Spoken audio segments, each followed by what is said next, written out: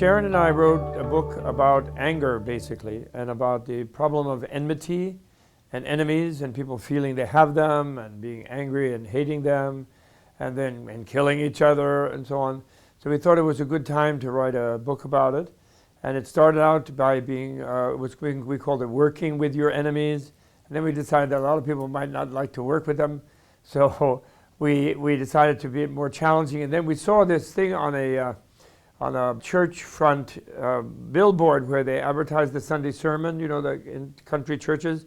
And it said, love your enemies because it will drive them crazy. The conceptualization of the book actually came from a Tibetan Buddhist teaching.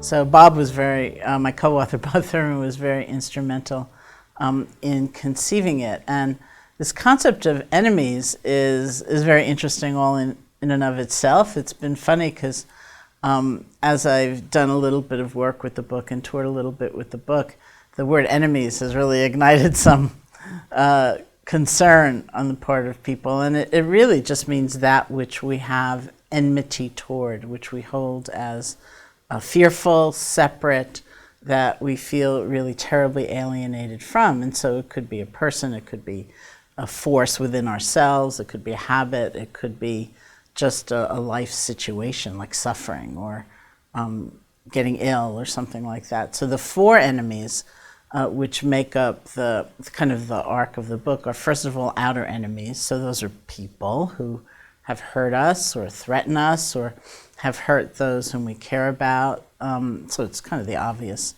more conventional meaning of enemies. And then inner enemies, which is the second, are those forces that when they overtake us, so it's not a question of just feeling anger or greed or jealousy, but when we get lost in them, especially when they lead to action, which is often regrettable, they function as enemies because they just take us over and take us to a place that might be really painful. The third enemy is the secret enemy in this construct, which is the construct of self and other, the way we feel that we're not part of an interconnected universe, that we're separate, we're alone, we're independent, we need to be in control, we need to be all-powerful, because we don't see ourselves as part of a whole.